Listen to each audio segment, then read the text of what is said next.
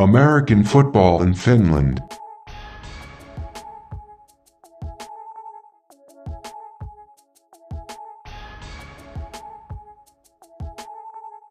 The voice in your ears is Perfect Pervis, and this is American Football in Finland. Today, I'm joined by my co-host, Coach Q. What's going on, Q? What's going on? We back, baby. Another week. Another one. I think this is episode like 15 of the season so far, so we deep into it.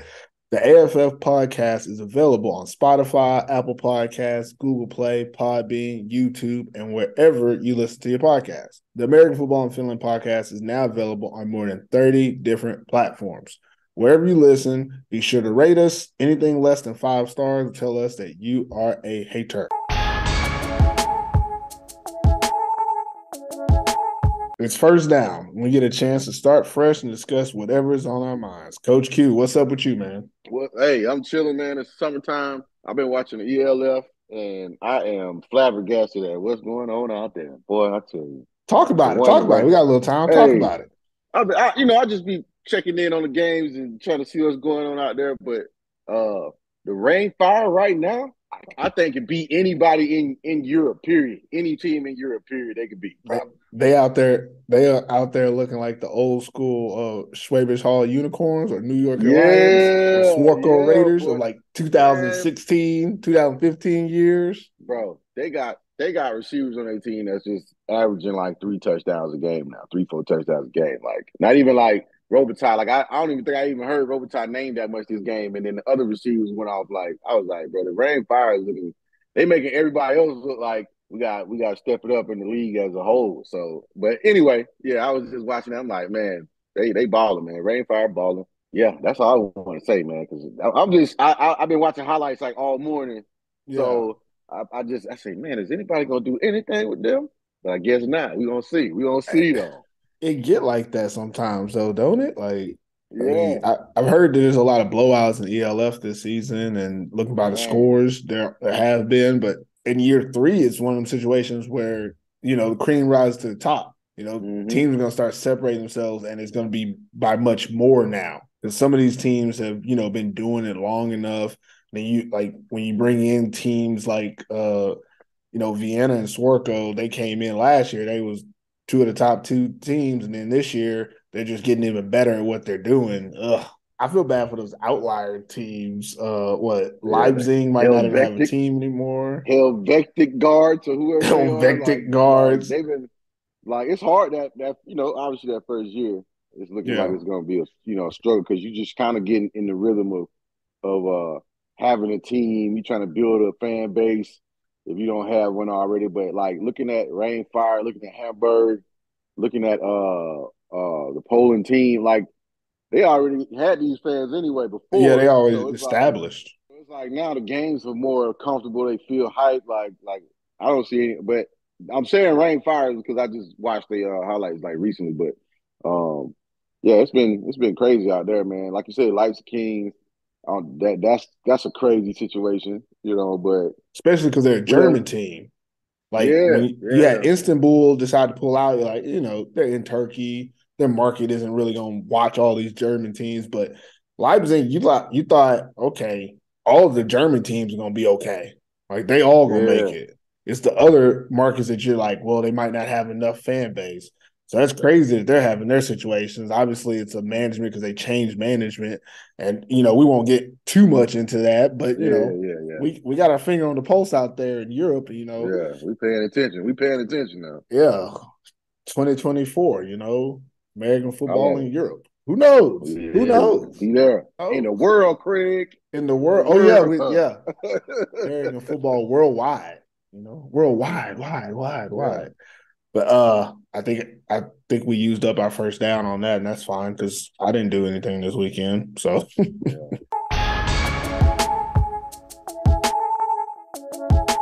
So the players of the week have been announced on social media channels earlier in the week. But of course, we want to explain our picks in depth outside of the stats. So first up, let's get into the offensive player of the week. Number 8, Alpha Jallo, wide receiver of the Wausau Royals. Stat-wise, he was everything you needed. 11 receptions, 219 yards, 1 touchdown, and he had 285 all-purpose yards. Now, for me, if anybody's anybody, I love me some Jalo juice. That's my guy. But it's always hard to, put him up as one of the players of the week because you expect it. I think we kind of shortchange him almost every week because, we expect him to be great. But any receiver putting up 200 yards, you got to get a man his flowers. And it was another game where even though his team didn't come away with the W, Alpha Jallo did everything humanly possible to help that team win. He wasn't able to score as many touchdowns as you would like, but a lot of it wasn't really on him. When he had opportunities, he made big plays. Even in the return game, he gave them some highlight plays and gave them some better field position. And it was one of those games where we all know why they lost. But we do know that if they would have won, this is the reason they would have won. It would have been because of what number 8 did on the field. How did you think about his game this week? Like you said, we expect certain things from Alpha, and if he do it, then it's like, oh yeah, this is what I knew was gonna happen. If he don't do it, then you feel like something wrong. I feel like they getting the short end of the stick as a team. But as far as him, he's doing as much as you want a receiver to do on your team. You know what I mean? And going to help and playing on defense too. But he's definitely dynamic. He balled out in the game. Like, he gave him a chance. You know what I'm saying? You can only like a man can only do so much, obviously. But he has to be Superman every week, pretty much. And even if he was Superman this week, it still wouldn't have been enough, you know what I mean, to get him over like they need to be. But it's just crazy because I'm just listening to you. I totally forgot. He also played defense the whole game. He played safety. Yeah, played defense. Game. Yeah. Just imagine how much conditioning you have to be in, first of all, to get 200 yards receiving. Yeah. Then it's 285 if you count his returns. And also he's lining up at safety. Now, I don't know how, obviously he wasn't too active at safety, but again, their passing defense didn't give up a lot either. So that could be credited towards him. But I can only imagine how many miles this guy is running every game. And I don't know how they're going to keep that all year and him stay healthy. All year. This next week, they got all these games in 4 days. He got 4 days for the last game to rest, recover, and then they got, I think, another 5 days before they play again. Oh gosh! But before we move on to the next player of the week, just want to throw this out here. Right now, best wide receiver in the Maple League, is it Alpha Jallo? The best right now? No, hold on. Let's say, okay, because I feel like we say the best, we're gonna start thinking, well, some people might be a little more talented. Let's just say most productive receiver right now for anybody's team, like the most number one receiver, the receiver that has done the most for his team at the number one receiver spot. Like that's I don't think there's anybody else in the league that has done as much from that position. Yeah, maybe not as much. Not as much. His impact is bigger also too. Yeah. I think you can name other names of receivers that's balling and that's showing up every game. Yeah. But it depends on who they're playing. You know what I mean? Him, it doesn't matter, right? Yeah, he's gonna do this against everybody for the most part. You know what I mean? Like I've seen some other names and not taking away from what they're doing, but I know and if they go against a really really good cornerback, they're probably not even gonna have a catch. You know what I mean? So or maybe 1 or 2, but they're not having no 150-yard games, 200-yard games. Alfred's gonna do this no matter who he lines up against. He's going to have some type of effect in the passing game. So yeah, I think he's the most consistent receiver. Yeah, like that makes him number one. Kind of like what am I thinking? Like Jamar Chase type. Yeah, like Jamar Chase plays on the Bengals with better receivers to help him out, but he's still like Jamar Chase, and he doesn't have to play defense. Yeah. That's the whole thing. Like we would be getting 5 touchdown Alpha if he didn't have to play defense. Like, yeah, gosh, that's just crazy. But okay, moving on. We just enjoy the show so much. But let's go to the defensive player of the week. Actually comes from the same game, but on the other side of the ball, Achilles Leroy, linebacker for Kuopio Steelers. I think he would be the first player to get 2 player of the weeks this season, and we're only in week 7, I think. So that's pretty good. Stat-wise, Achilles had 8.5 tackles and 1 PBU. I don't care what you tell me. These stats is wrong. I know, super I wrong. seen him make at least 2 sacks. I seen him make at least 2 sacks. And if not sacks, tackles for loss. Yeah. So I don't know why the stats say he didn't do that, but we watched the game. I mean, you watched the game. Everyone's seen the game. He was everywhere. One thing that I wrote down on my notes for him was, as a linebacker, Achilles gave you everything you want from a linebacker, like the overall experience. He pass rushed the quarterback. That's how he got his PBU. That wasn't in coverage. Yeah. He ran up on a quarterback, threw his hands up, and stopped the pass from going to open receiver. He got help in the run game. He had 8.5 tackles. He probably had close to like 12. They had stats right because he was everywhere making all those tackles. But also, they probably was getting them halves. Yeah, they probably was giving him halves, matter of fact.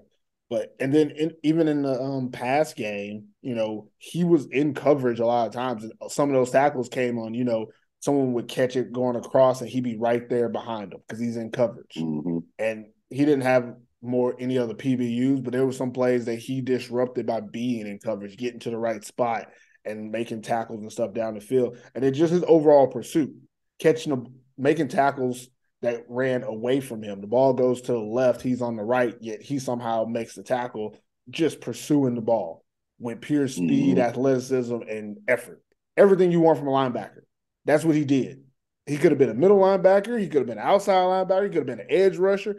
Whatever you need, he gave it to you all in one package in one game. And that just really stood out to me that he's able to do that because that's very difficult. If you watch a lot of these games here in the Maple League, linebacker position, a lot of times you kind of tell what a guy does. Oh, he's a guy that wants to be a run stopper. Or he's a guy you got in coverage. Or he's a guy that you just blitz off the edge. He's really just an extra lineman. Achilles can do it all. And they mix him up with Kuopio. Kuopio's defense coordinator does a great job of putting him in different positions so they can make plays. And then this week, it was enough. I'll talk about that later in the game, but it was enough for them to win. What did you think about Leroy in this week? Achilles, man, he shows up every game. You can tell he's a leader of the defense. He's always around the ball. He's always showing some energy. He's making plays. And Kuopio actually does a great job of bringing in linebackers like that, even from Maurice Wright. Like, he was one of the top linebackers in the Maple League, now in Europe. But they do a great job of picking guys that fit their style of football. I think Coach Pecker knows that he wants a linebacker like that, who knows where everybody's supposed to be, who's vocal. And Achilles shows up, and I'm pretty sure this is he probably had to slow down his thinking and reading process, because I know when people have high motors like that, you tend to like overplay stuff and stuff. But he has control over it. You can see that he just knows where he's supposed to be all the time, and then he's letting his instincts kick in after that. So he's making those plays, man. He definitely deserves it. And of course, while Q was talking, I went to go look up the stats because of what you said about the solo. He had 8.5 tackles. He had 8 solos. I knew it. I'm just saying, like, that's hard to do. That is very hard to do. He had 8 solos. And I want to say last time he won like Player of the Week, we like talked about how many solos he had. And I don't care how good you are at football, how hard you think football is, it take a man to make solo tackles. Yeah, you got to be born for that, boy. Yeah, solo tackles usually happen in space. Because if there's a pile up, you get a half, right? You get an assist. Yeah. Somebody else got in there. If you make a solo tackle, that's just mano y mano. And no matter what position you play on defense, you're never in a good position to make a solo tackle. You never want to be in space. That's how you know the good tacklers, man. That's a whole other conversation right there. But that's how you know good football players. They can control their body enough to where even if they off balance or anything, they still find a way to grab on and to get you down. He's just one of those guys, man. You got to be born with that, man. You got to want it. Like, you got to be born with that. As a matter of fact, when you talk about the way he tackled, last thing I'm going to say about it, and I'm going to get on, but I remember watching the game and him tackling Alpha one time. That's not easy to do. And he legitimately had Alpha by the shirt on his, like, jersey, and he just pulled him down. Yeah, I know that's not a sexy tackle, but it could have been a touchdown saving tackle. It happens. It happens. Most, like I said, most linebackers like that. I remember because I seen. I just remember being in that position, and I'm Yeah, like, you're just so active that you're gonna like good players are going to get you, but you just find a way to find like, a way. all right, grab him. You know what I mean? I grab him Yeah, and I'm gonna hold on to my and use my body weight and everything like to get him down. And that's what you just try to do. But that's the kind of guys you want. You know, at linebacker, man, he's gonna sell out. So. yeah, definitely. Good job to Achilles Leroy, Defensive Player of the Week.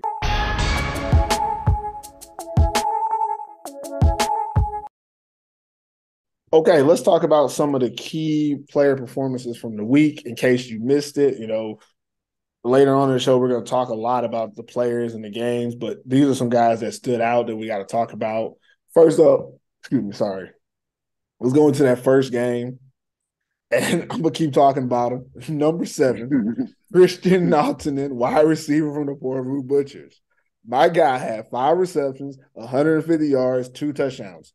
I don't want to – I'm not going to put Q on the spot no more saying who's the best receivers and whatnot, but because we all know there's a couple of names to float out there, but this is a name we got to get on the list. Christian Naughton, and not to take away from, Miko Sebinen is doing his thing. And I feel like every time I say Christian Naughton, I have to say Miko Sebinen. I don't want y'all to think that I just don't like Miko. Miko is balling. But Naughton is putting up 5 catches, 100 yards almost every week. Like that's tough. And I don't care about the touchdowns. I care about the production because when he catches the ball, he moves the sticks. And he doesn't get garbage yards. When he gets yards, it's game-changing or it helps his team. Like, it's always impactful. And even when it comes like touchdowns, most of his touchdowns are, from 20, 30 yards out. He has to run a deep post or something like that.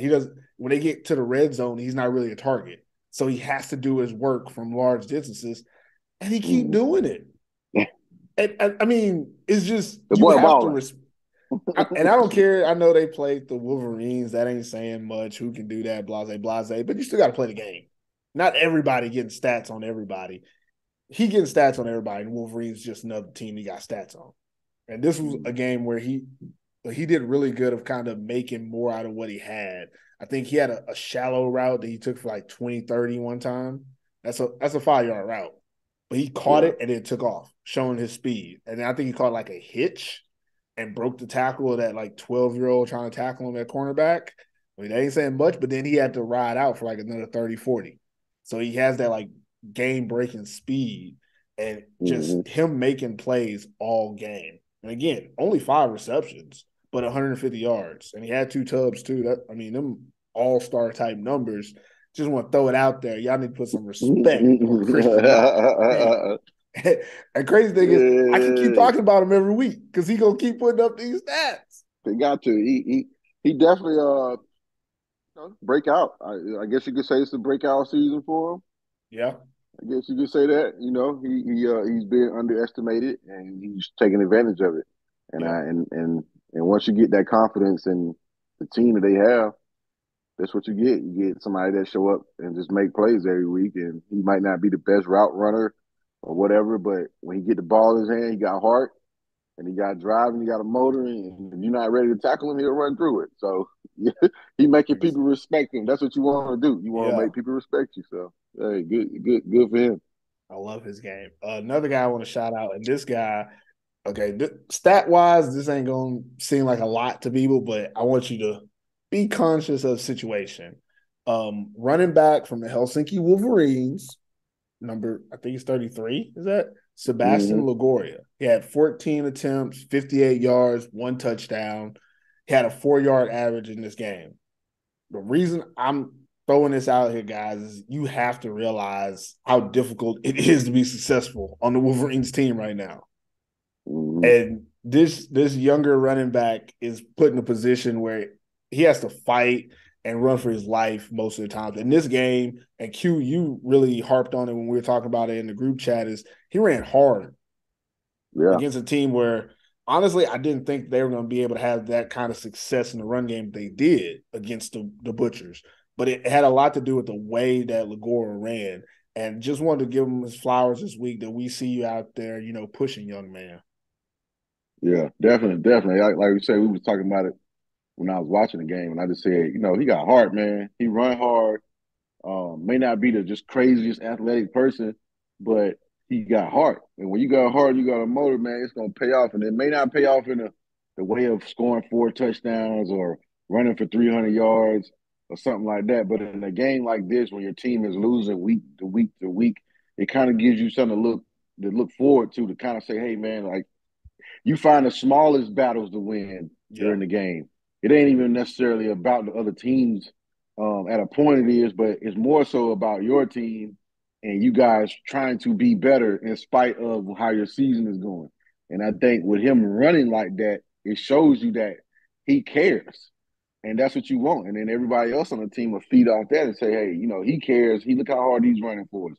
Like, I got to do the same thing. When I go out on the field, I got to do the same thing. And, shout out to him, though, man, because I know how hard it is. I've been on a losing team before, 0-10 my freshman year in high school. Like, I've been there. So I know, like, week after week, it don't get any easier. You know what I'm saying? But you got to find those little battles to win to, like, look forward to every week. So, all right, I'm going to get 7 tackles this week. Or I'm going to get this week. So, shout out to him anyway.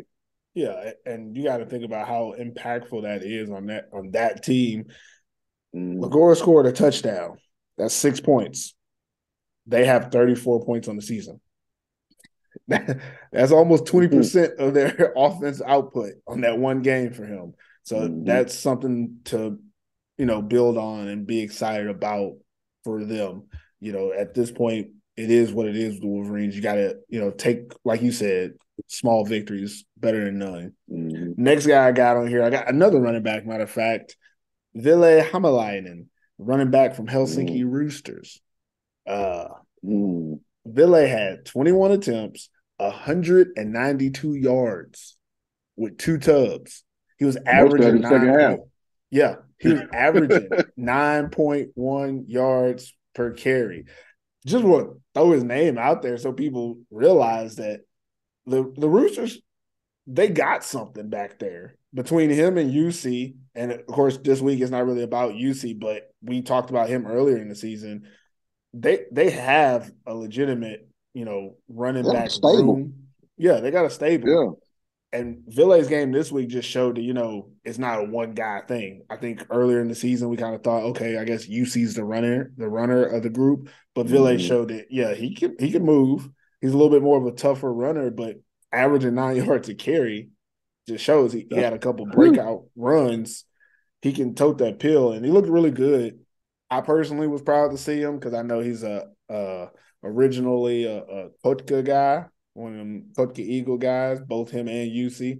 And we know how that worked out for the Eagles trying to play in the Maple League. But getting into a place where you can actually get support from your offensive line, the Roosters' offensive line was very good in this game, and you saw what he did with it. And just wanted to give a shout out to Ville that, hey, man, we see you out there working and grinding. Go Roosters, right? Oh, yeah. Yeah. He did his thing. No, he did his thing. I was just saying he definitely did his thing. He kind of took over the game in a way, and when the Roosters got back up. It was a lot of it because of him. That's what they needed. Obviously, they need to come out. They came out and ran the ball, and he was a big part of that. But he's definitely a guy that I think a young guy that just kind of like, hey, this is gonna be something right here. We keep it together. You got 3. They got at least 3 running backs right now that can play every game. Yeah. One is hurt. But one the other 2 hurt. definitely got hurt. But if he's healthy, all 3 of them can play every game. Easily. Yeah. I think the hardest part for the Roosters is, trying to figure out who has the hot hand and who's going to work most effectively against who they're playing. I think the hardest other part is to figure out which one of them going to play quarterback, but that's another conversation. That's another conversation. Okay, so next guy I got on here, I'm still on the Roosters, obviously. Wide receiver for the Roosters, new guy, Danny Kittner, had 4 receptions, 176 yards, 1 touchdown, had 272 all-purpose yards. He was a returner as well. It's kind of bittersweet because I feel like he really burst on the scene in this game and did a great job. And I'm just going to say it. You got to look out for the stats and watch out. I think he's number 13 because he's a really good player, dynamic for them. But pretty much the same player. You got not the same player. Say it. Say it. It's You the got same. they got rid of a receiver and brought in another receiver who could do about the same, but this guy got more, he got more action. Just from what I saw from the team, he got more chances to show what he can do. And maybe that's because he's better. I don't know. But obviously it wasn't enough to help them win the game per se. But I do want to, try to stay objective and say, welcome to the Maple League, Danny Kidner. You balled out. You're gonna be one of the best in the league. That's easy to see from day one. It's just easy to see. He's gonna be one of the best receivers in the league. He showed it in this game. He got open deep a lot, which is what I really liked. And it wasn't close. Like, it wasn't he did have that one catch where he had the Moss Andy Vetta. That was nice. Nice. Yeah. But he made some plays. He made a lot of plays.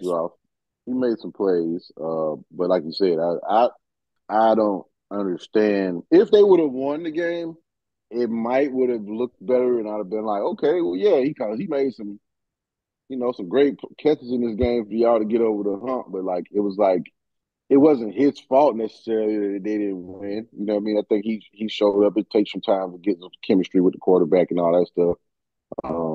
But he made the plays when he needed to, for the most part. You know what I mean? And that's what you want. So yeah, he definitely showed up, and I think he showed the Roosters fan what he can do.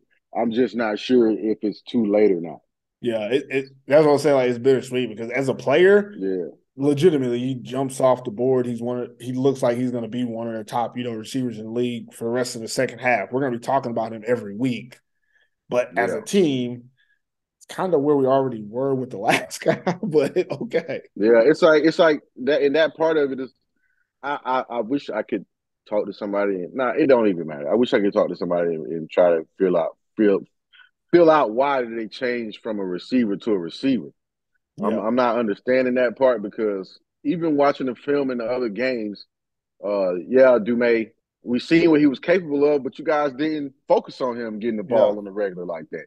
Yeah. So I don't know if it was like they felt like he wasn't the type for the thing, but it wasn't even that. So you got to find ways to get the ball. But then you go get another receiver and you still lose.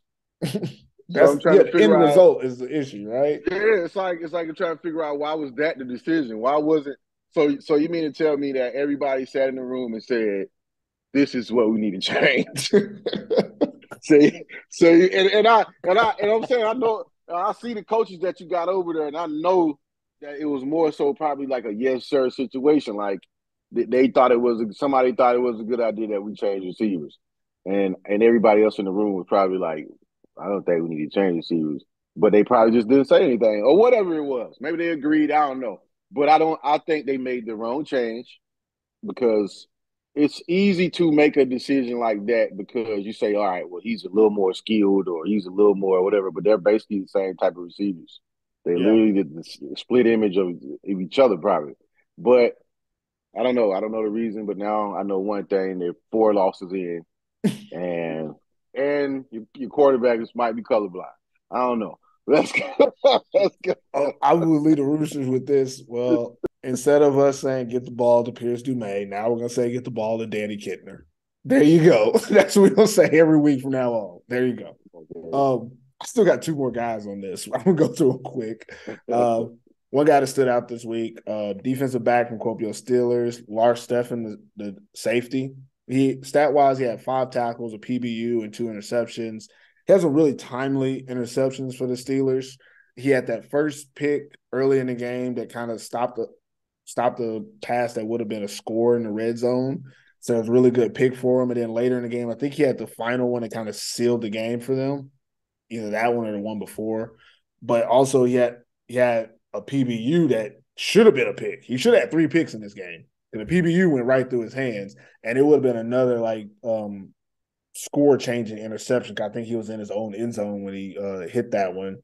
Just number 27, being in the right place at the right time. And he's been doing this kind of all season, and this game was kind of a culmination of it. He got a couple of picks out of it, getting his stats up there. But he's been looking real good for this team since joining last year. So just throwing them out to Lars Steffen. Last guy I want to talk about, defensive lineman, Wausau Royals, DeMarco Artis. This guy, and it's kind of laughable when I look at the stats and then I realize that we didn't give him defensive player of the week. But it's more, again, off of eye performance than just stats. But stat-wise, he had 5.5 tackles, 4 tackles for loss, 2.5 sacks. And you, if you know anything about playing against the Royals, you double number 33. You block him with your tackle and your running back chips. Like, that's just how you got to do it. Ain't no ifs, ands, or buts about it. That's how you block him. If he is still able to get to the quarterback, you in trouble. And they saw that. They saw that in this game, that you were in trouble. I think what they did really well when it comes to the Royals in this game, going against the Steelers, like, offensive line, is they found a way. Early in the game, he was on the right side, and they switched him to the left side. And they did that in the second half. And that's when he got a lot of his, like, stats, because in the first half, he was getting pressure, but he wasn't getting home because the Steelers have a good left tackle. Like, it is what it is. When you go, A against A, it's hard to be successful every time. He was getting there, but he wasn't getting there nearly as fast as he could if he went to the other side of the field. They flipped him on the left side, and he started having a field day out there on that right tackle. I ain't going to say what the right tackle is. I don't know who it is. But he wasn't the one to stop DeMarco Artis. That's for damn sure. Sorry about my language. When he got on the left side, 77, was it? I don't know. I can't remember because in my notes, I don't even have anybody on the right side of the Steelers line as a viable, like, top player. It's cream cheese on that side of the line from everything I see. Their center, left guard, and left tackle. That's the strength of that team. And I'll even talk about it later, is that's where they actually got the most success in this game. But when DeMarco was in, when he was on their best tackle, he was fine. He got pressure. He was able to contribute and, give them a look. But when he got on that other side, when they flipped him, and then they also they started doing more complex blitzes as well and bringing pressure. When they had the one-on-one, they couldn't. And this game it was just more proof that if you actually do put him on a roster or in a position to make plays, he easily one of the best defensive linemen in the league. And it was it took them until the second half to figure it out. And I think that even them figuring out the second half wasn't enough. Like, I think damage had kind of already been done. Second half, their offense didn't score. So it really had nothing to do with their defense. Offense just did not score. But shout out to DeMarco Artis. He had a really great game. If you're listening to my voice, you're now part of the AFF community. But don't be shy about supporting us. Head over to our website and order some AFF swag. Get a t-shirt for this beautiful summer weather, or a comfy hoodie you can rock all year long. And if you really want the drip, scoop up one of our limited edition snapback caps. Everything you need to represent the AFF community can be found on our website at AmericanFootballInFinland.com/merch. We all know the results of last weekend's game, but let's explain which team won their game and which team lost their game. I'm only laughing because I already looked at the first game. Butchers versus Wolverines. I think I can speak for both of us when we say the Butchers won. The Wolverines never really had a chance. But what did you see in this game that is worth discussing for a couple of minutes? Just the excitement and just the chemistry that the Butchers are gaining from these wins that they're getting. Brandon Gwinner, the points they're putting up, him and Mickey Kyle, good combo along with the young receiver cast. The Butchers' offense are now turning into something to not just pay attention to, but something to respect. And I think, playing against the Wolverines is you look at it, but you don't kind of like harp on it like that. But I don't want to take away from the fact they do have guys that can make plays. What I do want to see, though, is if this same play will continue throughout the rest of the season and into the playoffs, because that's where it really matters. This right now, not preseason, but the regular season is for Instagram. That's what that is. That's for Instagram highlights and And we want to put nice pictures up and nice quotes and memes and all this stuff right here. But if this doesn't translate into you going to the playoffs and potentially having a chance to win, it don't really mean anything. So the Butchers are enjoying it. I think they're getting better. It's hard to get better or notice things that you're doing wrong when you're playing against teams like the Wolverines. So I think they get nothing from watching this film. But we do. We get to see highlights. And that's what I think they gave us. But yeah, I won't harp on the game too much because I don't think it was really that hard of a task for them to do. They did come in, they did put up a lot of points, they did give some guys some playing time, and that's what you want to do in games like this. But I'm not gonna harp on the win too much. I mean, the Butchers, congratulations, but we all know what situation the Wolverines in right now. But you guys came in, you scored a lot of points, and you got some confidence in a lot of your players, and hey, you got the win. So that's Yeah, about all I see it as. pretty much glorified bye week. All I want to talk about with the Butchers was Naughton, and I already talked about him. Let me see what I got in my notes. Oh, defense.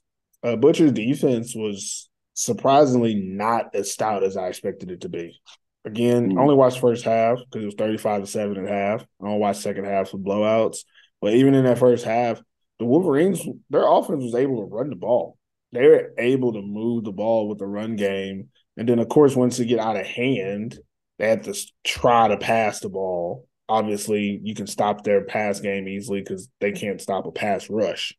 But I saw a little bit of a chink in the armor for the Butchers defense against the run game, and I don't think the stats are going to show it because in the second half they were able to basically disseminate the Wolverines because it's the Wolverines. But we'll see what happens. Dallas Cowboys usually do well against teams they should do well against, and this was one of them games they should do well against, and they did a good job. One thing I want to say about the Wolverines fumbled the ball on the opening kickoff. On the first play, they fumbled the ball and gave it to the Butchers. That was the last chance they had to win this game. And it kind of just sums up how the game was going to go. That's it. When they fumbled that ball on that first play, I was like, yeah, that tracks for how the Wolverines want to play in this game. And that's how the game went. They pretty much just, that was it. That was the end of it. That was the I guess it was like 3 or 4 seconds that they had the ball. For those 3 or 4 seconds, the Wolverines were tied in this game. From that moment after that, they pretty much were losing. And that was the end of it.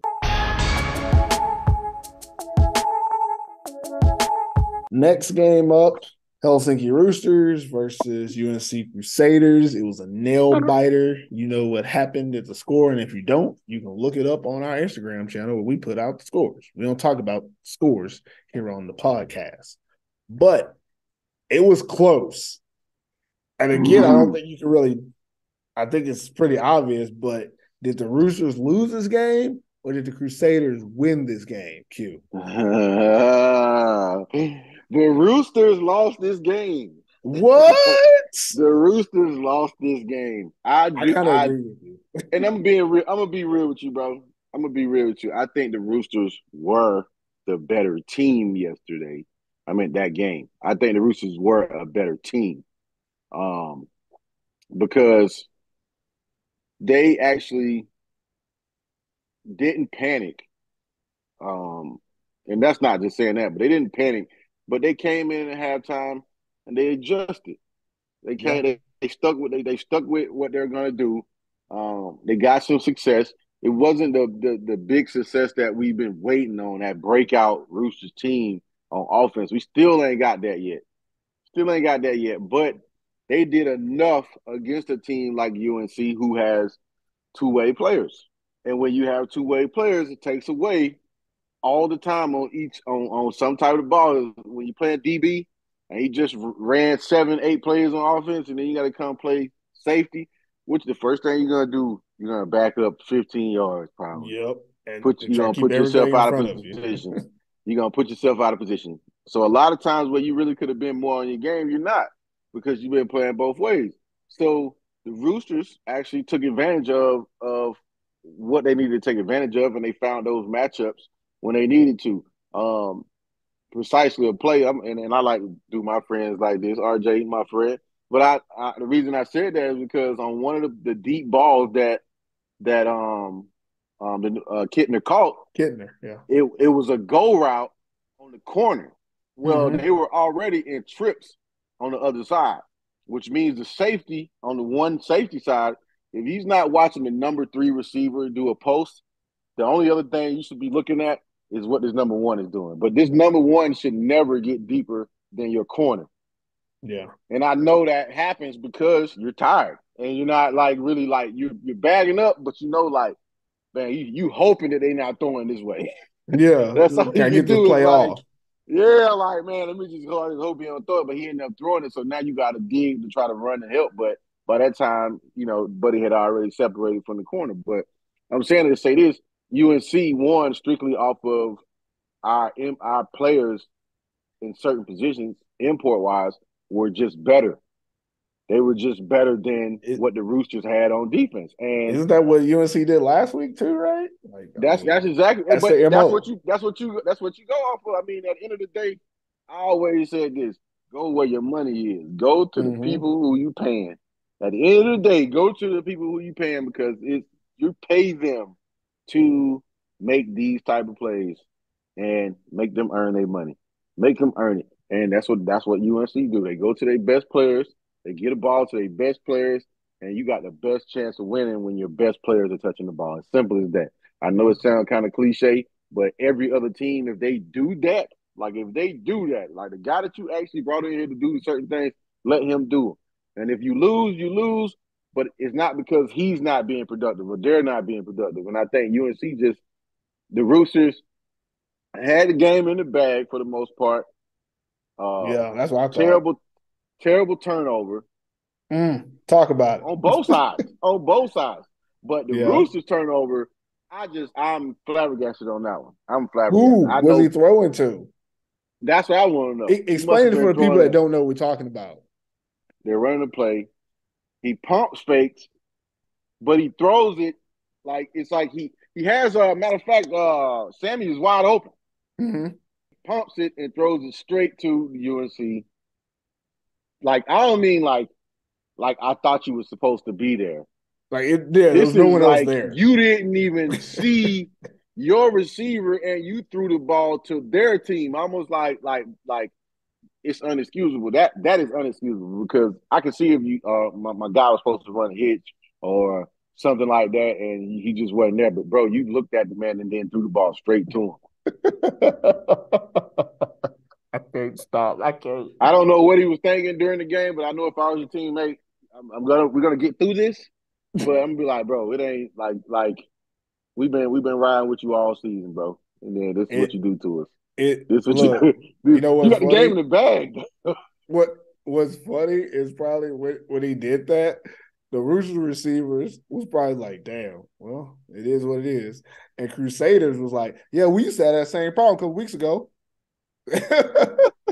The difference is one team, and let's talk about these two teams. The difference is UNC looked at their offense and said, hey, our quarterback's hurt or whatever it is, you can't get the job done.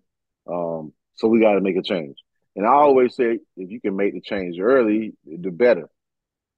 The Roosters chose not to make that quarterback change.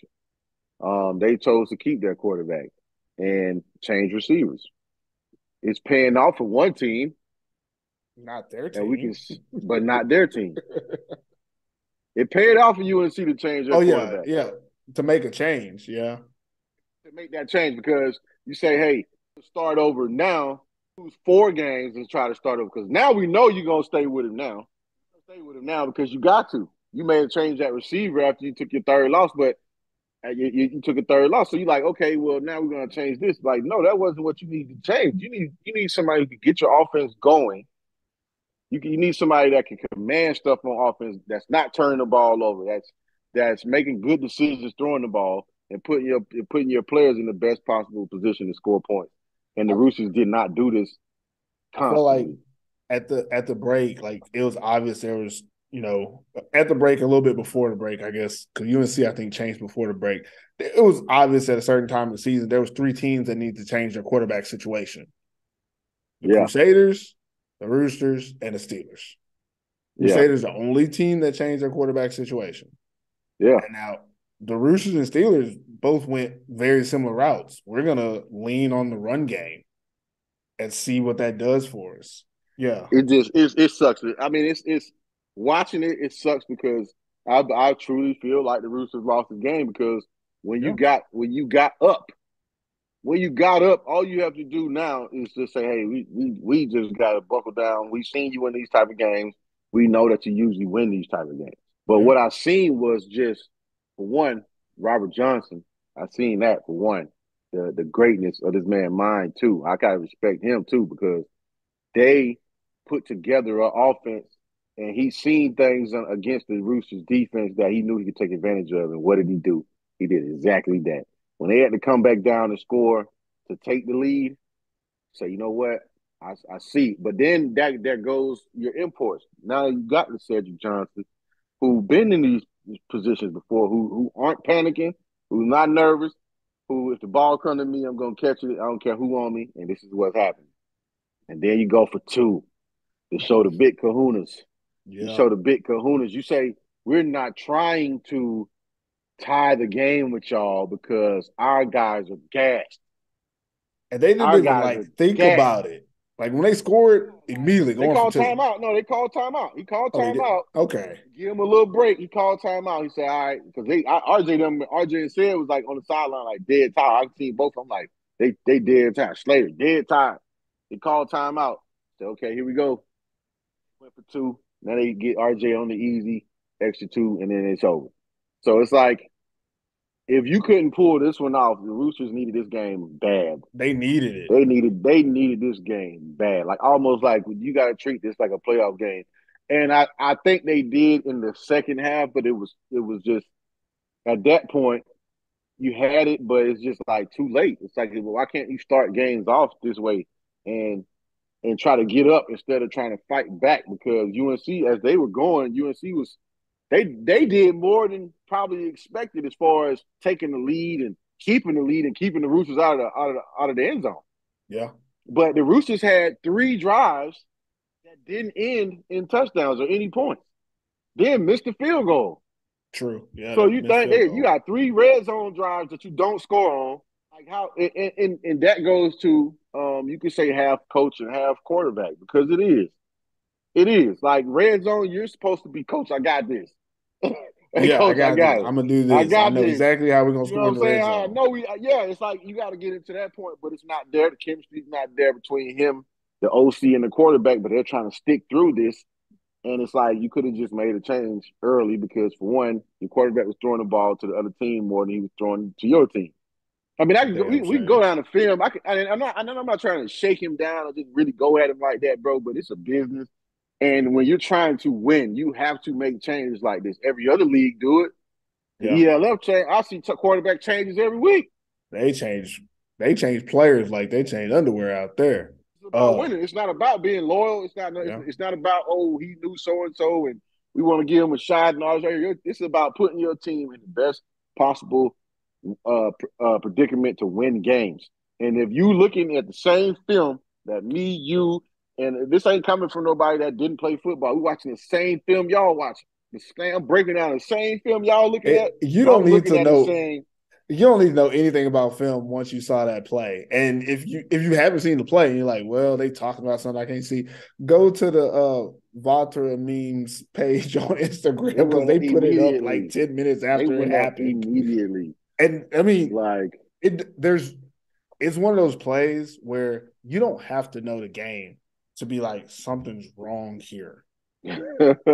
Like something's wrong about what just happened. Kicking the ball in their own goal. Yeah. It's equivalent to that, basically.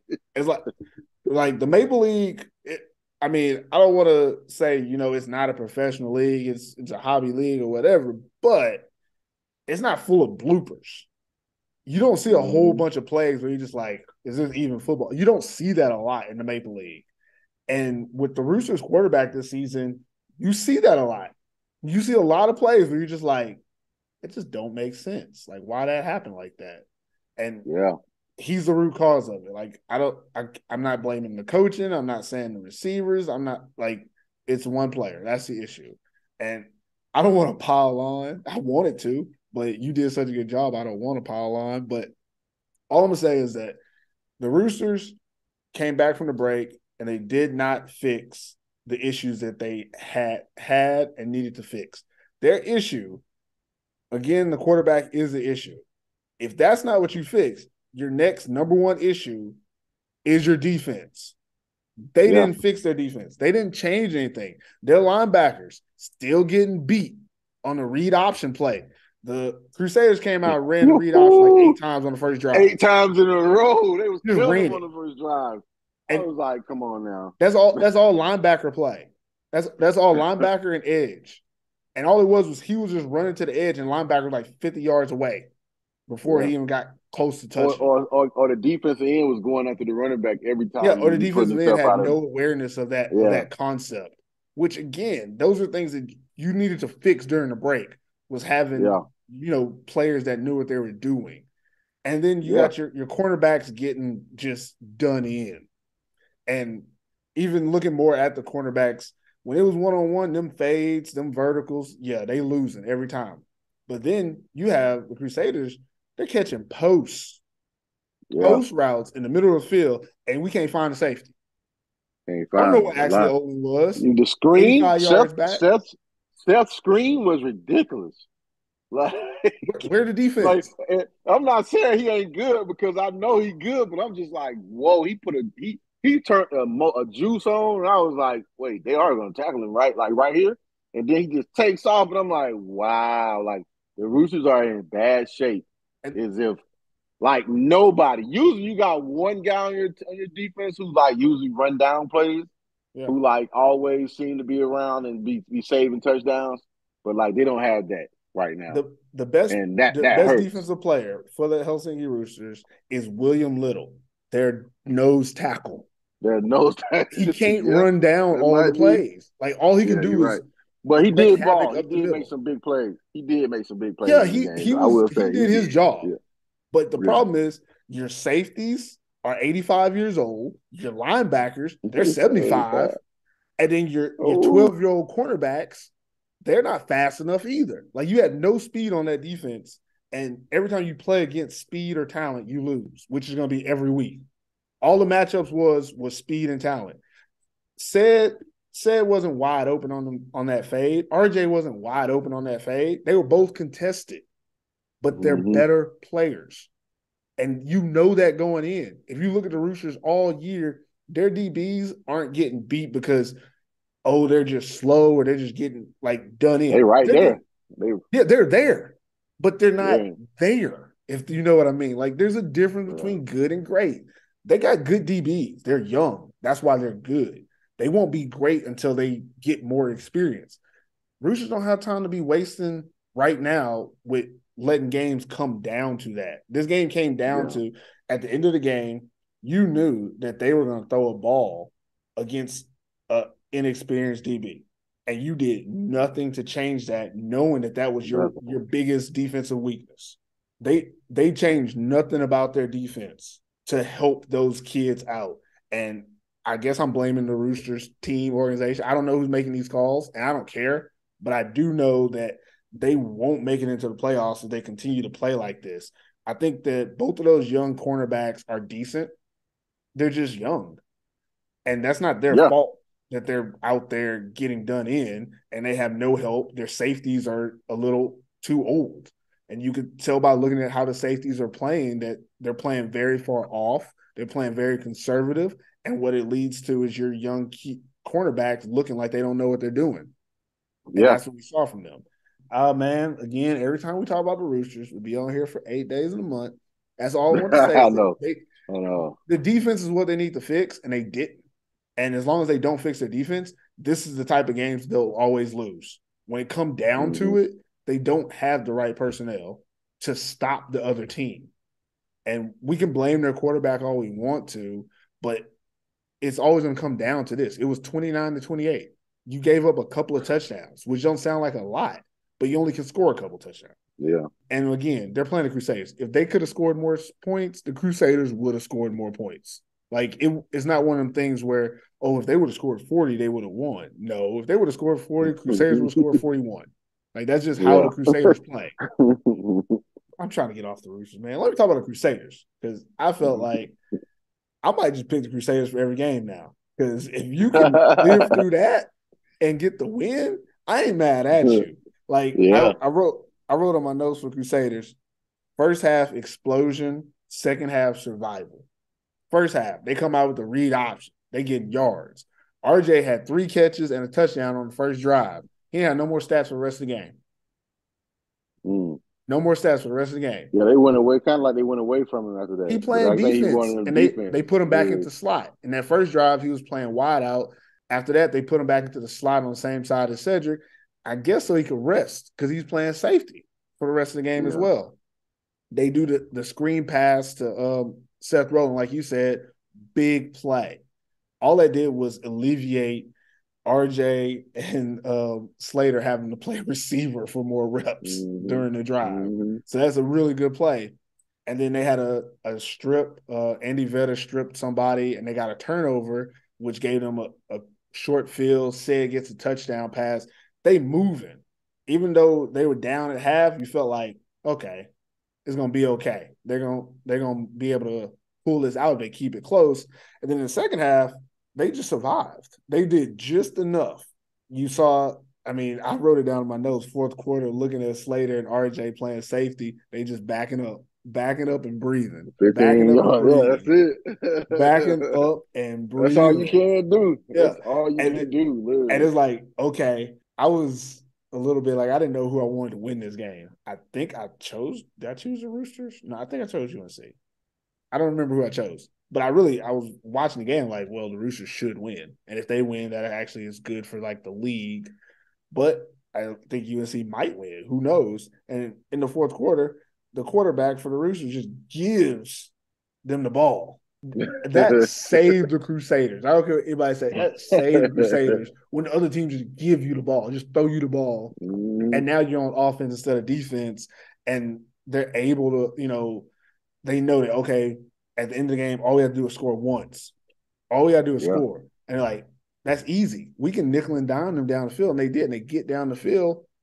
At the end of the game, our player is better than yours. We know it. We throw it to them. Then we go for 2. And again, our player is better than yours. So we give it to who we know is better, and you score. And, I mean, afterwards, I know they had to get an ice bath. Between Sid, RJ, Curtis, that's a lot of mileage. Yeah. And, talking about a whole season? Yeah. That's a lot, man. They got to play every game, all game. They had stacked up 3 wins like this, and this was one of those games they shouldn't have won. The Roosters should have been able to keep running the ball with that. I mean, their running back still had almost 200 yards in this game, and they lost. And go ahead. But like we've been saying, and I picked UNC to win this game. I think a lot of us did, actually. Yeah. And I think we picked them off of the fact, because if it came down to it, UNC would probably pull it out because of their players, because of the players they have on their team. If I got to choose or gamble or bet that they're going to make a play, it's probably going to be them over the Roosters guys making a play. And a lot of it was based off of how the Roosters have been playing and the changes that they didn't make during the break. You said it perfectly. If we say, hey, Sammy's one of the best receivers in the country, and he barely getting 3 catches a game, like, what are y'all seeing there? And that goes back to the film. What are y'all seeing that we not seeing? Like, what are y'all looking at in the game that we not looking at? Because everybody else can get the ball. If you tell me Brandon Grinner can get the ball to all of his receivers and nobody else can't, nobody else True. Get the ball to their best players. You mean tell me you can't call plays? Because I know that last drive when Rob then was driving, when UNC was driving, I know Rob already know what's going to be open already. He already know where they're going. Like, it's like, all right, well, I know your linebackers can't cover for nothing. Your DBs are young and small, so at the end of the day, I'm going to run these in routes. I'm going to run these slants. That's why they tried to do the one slant to Slater, and it got chipped up and said caught it. You know what I mean? And then they went back on the other side and ran like a little skinny post and went to Sid, and he caught it. You know what I'm saying? And then went back to him for the touchdown. So it's like we know we going in these times, but Roosters, what are y'all like? You know what I'm saying? It's you don't want to put yourself in situations to where they've got to make the decision on who's getting the ball, because that's gonna put you in a bad predicament because you don't have those DBs to match up against them. So what you want to do is when you do have the lead and you do, hey, we got to make this work. You know what I'm saying? And that's the difference of it. Like you said, good players and great players. And it came down to it. The Roosters just did not have the players to make the plays they need to make at the end of the game. And now UNC 3 wins, and the Halfway Roosters. there. Who only hey, if the Roosters going like this and the only team you've beaten is the Wolverines, it's a bad place to be.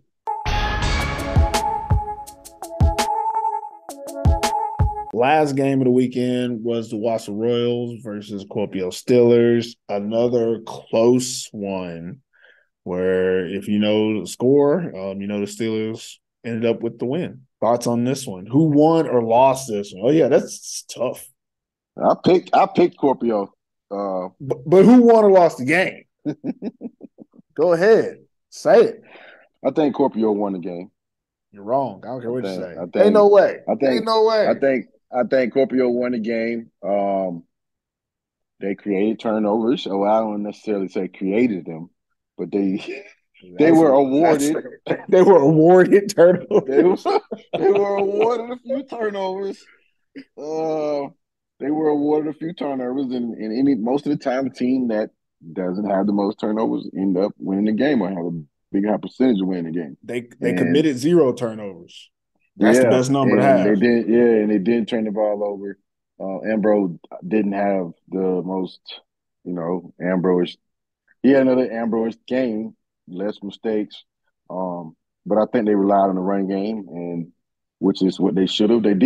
He did make some good throws down the field, nothing crazy, but enough to to keep drives going, enough to put them in good field position. And then they scored points. I just thought they would, after the break, I just knew that their coaching staff would put them in a better position to win. Even though I was expecting them to make a change or either at running back or quarterback. I was expecting them to, but they didn't. And here we are. They won the game. So I think it's one of those situations that I think different than what we talked about earlier with like the Roosters is we wanted them to make a change because that's what it looked like they should do. But what they did was they kind of doubled down in what they already had. They knew what they had. I think it was one of those situations where in this game you saw them using the 2 guys that I said they would use, Noah Cho and Isaac Marshall. They're getting better. They're becoming a tandem. They were legitimately really good running backs in this game. When we found out they weren't going to have Anthony Reason over, we didn't know that. Like, no one knew that. No one knew that this was the route that they could go or that it would be possible and that it would be, sustainable. Like, we just did not have that information. They did. So even though we're on the outside in saying, Steelers should do this, they should change this, they should do this, they probably were internally thinking they just don't know. And that's cool because we know. And I applaud them for that because they know who they are as a team. They know what they want to do. And this game kind of was evidence of it. I still think that, they're doing way too much with Ambrose because, again, the 0 turnovers, that is great because that's the kind of the best thing you can expect when Ambrose throwing the ball. But, again, I'm going to stats. The run game was great for the Steelers. Between Choate and Marshall, they had 180 yards rushing, 2 touchdowns, average 5.2, 5.3 yards a carry. You can win with them numbers. Almost 200 yards rushing, 2 touchdowns, 5 yards a pop. All you need is a pass here, pass there, you're Gucci. The left side of their line between Korhonen at center, then you have Hebel at left guard and Steger at left tackle. See, I'm trying to learn their names. Like if you look at it like I do, number 73, 62, and 79. They were moving everybody. Like when they blocked, there were holes there. which made it a little bit easier for those running backs to, make big plays, and the running backs have the vision and speed to make those plays. Again, the play selection, they didn't just, run ISOs or just run a zone read. They had counters in there. There was traps, a lot of movement, a lot of pulling from side to side. They ran both sides of the ball. They kept the defense on their toes. The play selection played to their strengths of a strong offensive line and good running backs. So kudos to the Steelers coaching staff for putting together a game plan that was successful and then executing it. But again, the entertainer in me, that passing offense still trash, just trash. The quarterback was 8 for 24. What is that? Like 33%? 8 for 24. And he was sacked 5 times.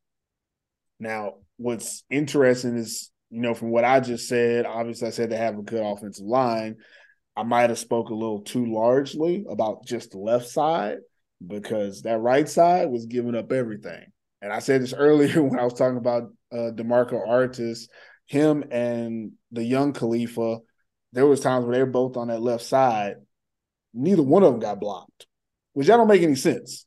The defensive end and the linebacker in the gap, and neither one of them got blocked because the right guard didn't know who to block, and then the right tackle couldn't stop Artis if he tried. Like, there was no way he could stop it. Those sacks, I want to give Ambrose a little bit of credit. Those weren't really on him. A lot of times when those sacks happen, he'd catch the ball and boom, they were all in there because half the line was pretty much folding and he had nowhere else to go.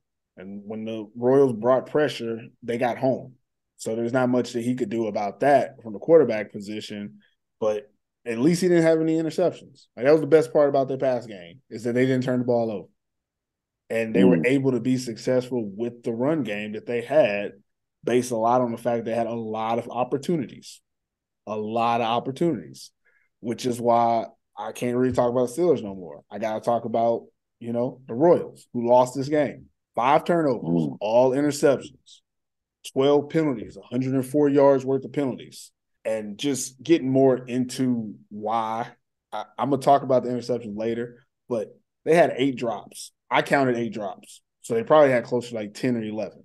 That's 8 drop passes, which, if you know anything about football, when your receivers start dropping passes, you're less likely to throw it to them.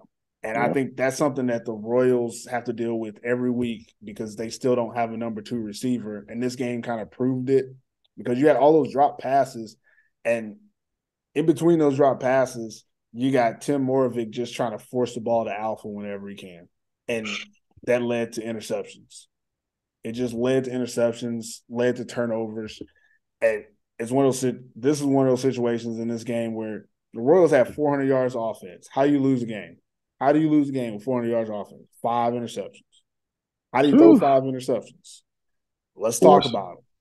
First interception, forcing it to Alpha in the end zone. Cost them 7 points because they were in the red zone. Second interception, another force to Alpha on a screen play where you got to throw the ball in the dirt. If they own the screen, they know where the screen is going. He still threw it at Alpha, and the defender was standing in front of Alpha. Interception. Third interception, another forced pass to Alpha down the field. Fourth interception, he was trying to throw it to the new receiver. He wasn't really open. Bad throw. Last interception, he was trying to throw it to number 84. I think it's Korkamaki. He wasn't really open. Bad throw. Another interception. All the interceptions on the quarterback. None of these were, something happened. It was all bad decisions by the quarterback and even worse throws. A lot of them were just bad throws no. Most of them were just bad. Why throw it? Why throw it there? Because he was trying to put the ball in places where people weren't even open. But it goes back to what I said earlier with the drops and the fact that half the catches went to Alpha. Who are you going to throw it to? It's the same situation that the Royals had last time they played. Was this quarterback is throwing interceptions because he has no one to throw it to that he can trust besides number 8, who we talked about earlier had 200 yards in this game receiving. There's nothing more Alpha could do for this team. They have to have someone else that can be reliable. And they brought in a guy from Italy, and I know it's his first game. He just got here, blase. They don't have time for all this he had 4 drops by himself. They don't have time for that. They are in jeopardy of not making the playoffs because they have nowhere else to go with the ball outside of Timothy Moravec running, Alpha Jallo catching passes and returns, and then Tom Swosi being able to run if possible. And in this game, the Steelers' defense was good enough to stop the run game. Swosi wasn't as effective as normal, so they had to throw it. But who's going to catch it? It's a catch-22 for this team. When receivers weren't open, Timothy is forcing it in there, throwing picks. When receivers are open, they dropping the damn ball. So what you gonna do? Lose. And that's what they did. They lost.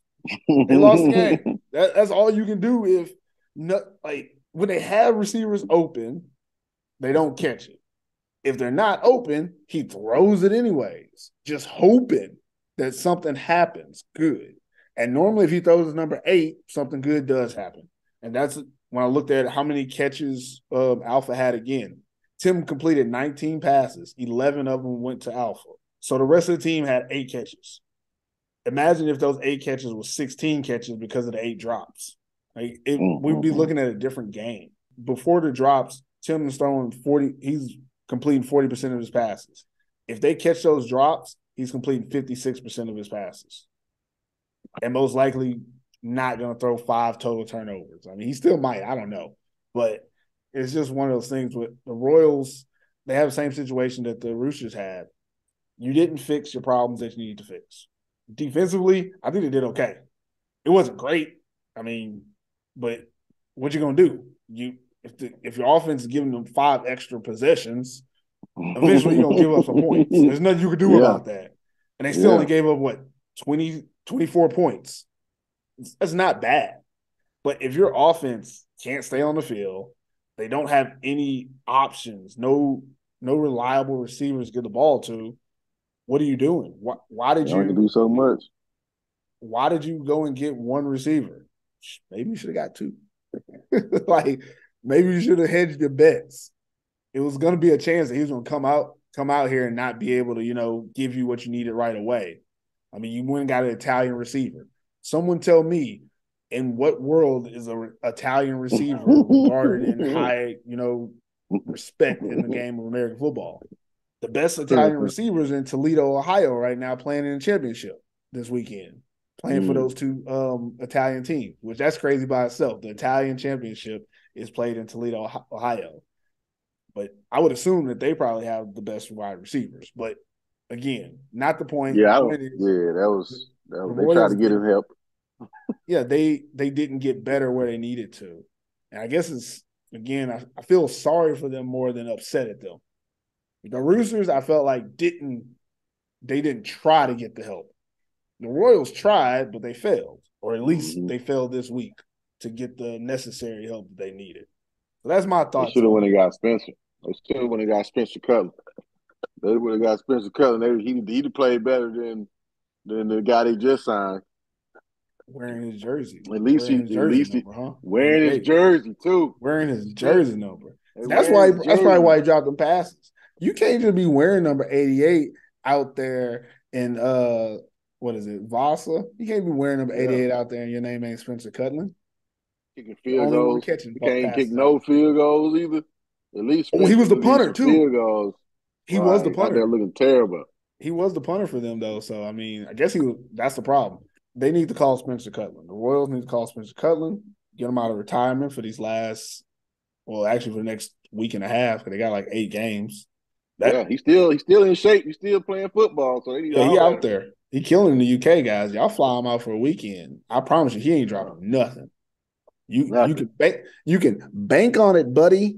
He's not dropping nothing. It's just not nothing else you can say. You can't win a game with 5 interceptions.